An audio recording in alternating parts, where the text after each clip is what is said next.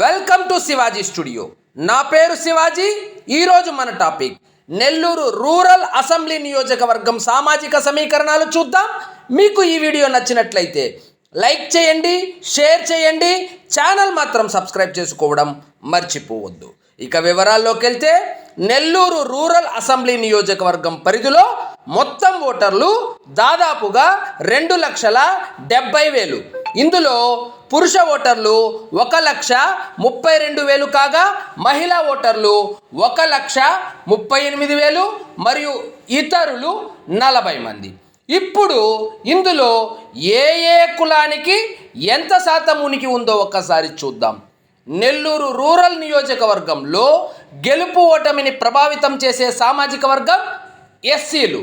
ఈ నియోజకవర్గంలో ఎస్సీ సామాజిక వర్గం ఓటింగ్ దాదాపుగా 40,000 ఓటింగ్తో ప్రథమ స్థానంలో ఉండగా ఇందులో ఎస్సీ మాల సామాజిక వర్గం 27,000 కాగా ఎస్సీ మాదిగ సామాజిక వర్గం 13,000 ఓటింగ్ ఉన్నట్లు సమాచారం. ఇక 32,000 ఓటింగ్తో ముస్లిం మైనారిటీలు రెండో స్థానంలో ఉండగా రెడ్డి సామాజిక వర్గం దాదాపుగా 27,000 ఓటింగ్తో మూడో స్థానంలో తమ ఉనికిని చాటుకుంటున్నారు. తరువాతి స్థానాల్లో బలిజ, కాపు 26,000 ఓటింగ్ ఉండగా యాదవులు 22,000 మరియు యానాదులు ఎస్టీ సామాజిక వర్గానికి చెందినటువంటి యానాదులు 20,000 ఉన్నట్లు సమాచారం.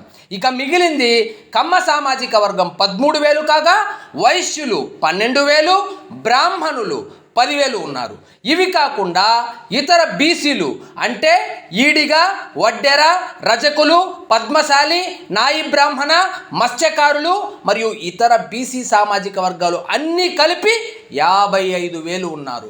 ఇకపోతే క్రిస్టియన్లు 3,000 మరియు ఇతరులు అంటే క్షత్రియులు, మరాఠీలు మరియు ఇతర అల్పసంఖ్యాక వర్గాలు అన్నీ కలిపి దాదాపు 10,000 ఓటింగ్తో తమ ఉనికిని చాటుకుంటున్నారు.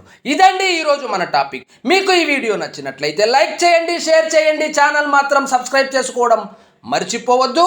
మరిన్ని ఇంట్రెస్టింగ్ టాపిక్స్తో మళ్ళీ కలుద్దాం. జై హింద్.